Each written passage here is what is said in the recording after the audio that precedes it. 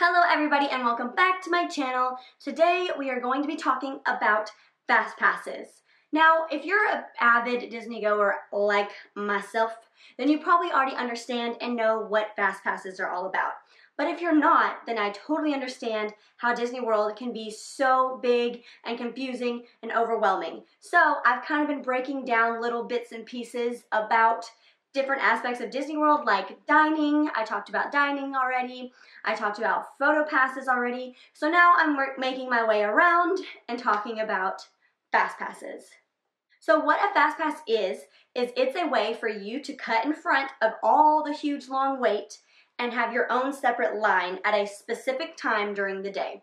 So, for an example, you get on your app and you pick a Fastpass and say, okay, I want to ride Space Mountain at 10:15. And so you get into the park, you get into Magic Kingdom at 8 o'clock, you walk around, do your thing, you show up at your Fastpass for 10:15, you walk to a special designated line, scan your Magic Band or your ticket, because it'll automatically be linked to your Magic Band or your ticket, and then you walk right in, get on the ride in probably 15 minutes or less, and you're done. It's awesome. With Fastpasses, you can either, if you're staying on a Disney World property, you can book your Fastpasses 60 days in advance. But if you're not staying on Disney World property and you just have tickets, then you can book your Fastpasses 30 days in advance. How you book your Fastpasses is through your MyDisneyExperience.com or My Disney Experience app. I highly recommend getting the app because it's a lot more convenient for quick changes on the go, and your app shows you a lot of stuff throughout the park when you're in the park. If you were doing it on your app, you would pull up your My Disney Experience app, then you would look for FP, which stands for Fastpasses. Click on it, and then if it's in your 60 to 30 day range, you would pick what park you were going to, you would pick the date that you were going to that park, and then they'd give you an entire list of everything available for Fastpasses. So you would pick what you wanted to do first, click on the time, and then set it, and that's your first Fastpass. You get 3 Fastpasses per day that you can book all at once. Once you're done with all 3 of your Fastpasses, you can go back into the My Disney Experience app and book another Fastpass. The thing with that is, after you've already done your 3 in a row, you can only book 1 at a time after that. So say you've done all you could do at Magic Kingdom in your Fastpasses, and then you say, oh, but I want to go on Splash Mountain, and I've already done all my Fastpasses. So you would go to your app, or they have kiosks in Magic Kingdom if you don't have your phone, or if it's dead, or if you don't have the app, you can go to the certain kiosks, but I highly recommend getting the app so you don't have to take time out of your day to go find a kiosk and make your Fastpass. So you would just pull up your phone and say, okay, does Splash Mountain have any Fastpasses left? If yes, click it and you're ready to go. You can't get another Fastpass until you ride Splash Mountain and your time has been used. Then you can go back in and pick another Fastpass for another ride.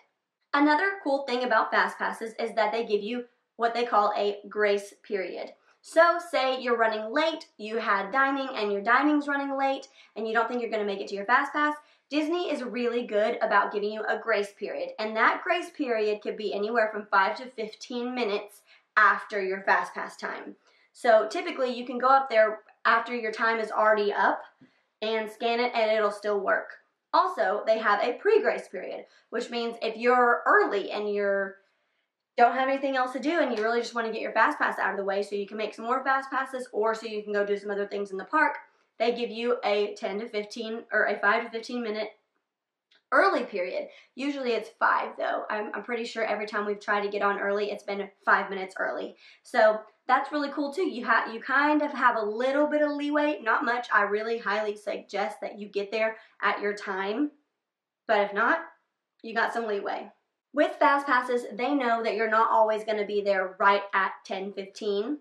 So they give you an hour period for you to get on your Fastpass. So if you book a 10:15 Fastpass time, then you have from 10:15 to 11:15, somewhere in that range to get to that ride. So what I was talking about with grace periods is anywhere before 10:15, the 5 minutes before, so 10:10, or the 5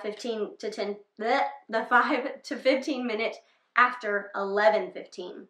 So you have an hour to get to your Fastpass, which is a pretty decent amount of time to get somewhere that you need to go. But if you just can't make it, or if you're early, then there's always that little bit of grace period.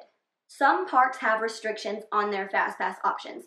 Magic Kingdom has no restrictions. You can get any Fastpass for any whatever at any time.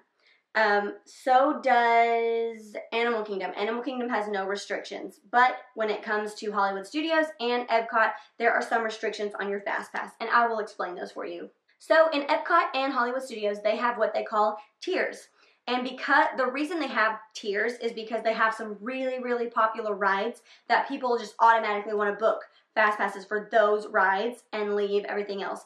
And what that does is makes it to where not everybody can ride the ride because there's either the lines are too long for everybody to ride the ride throughout the day, or the Fastpasses just sell out so fast, and then the rest of the Fastpasses are just for little tiny rides. So they have tiers. And the rides that are typically in the tiers at Epcot are Frozen Ever After, that's in the #1 tier. Soarin' is in the #1 tier. Test Track is in the #1 tier. And Illuminations is in the #1 tier. And what I mean by #1 tier is that you can only pick one of the 4 for one of your Fastpasses, and the rest will have to be other rides throughout the park. So say you really, really wanted to do Frozen and Soarin', I would suggest that you go straight to Soarin' as soon as the park opens and get a Fastpass for Frozen, since it's all the way at the other side of the park. And then your other 2 Fastpasses would be for things like Meeting Mickey or Spaceship Earth or Mission Space, some of the less desired rides that you'll still want to ride, is just not as urgent as the others. Hollywood Studios has the same thing. With Fastpasses, you can get Fastpasses for rides, you can get Fastpasses for specific shows, and you can get Fastpasses for specific characters. Now, there's not going to be Fastpasses for every ride, every show, and it's pretty stinking close, actually. There's a Fastpass for almost every ride. Some of them is just like not necessary.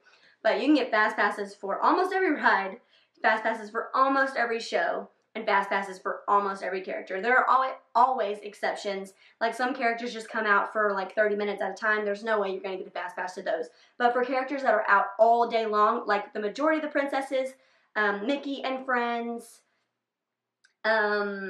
the ones that are stationed somewhere for the entire day, Tinkerbell is one of them, then you can get Fastpasses for those. But characters that just come out a few times per day, you're going to have to just know when they come out and go stand in line for them. Well, that is all I have to say about Fastpasses. If you have any more questions, go ahead and leave them down in the comments. If you liked this video and thought it was informative, give it a big thumbs up, hit that subscribe button for more videos just like this one. And you know what? I will catch you on the next one. Have a very magical day. Bye!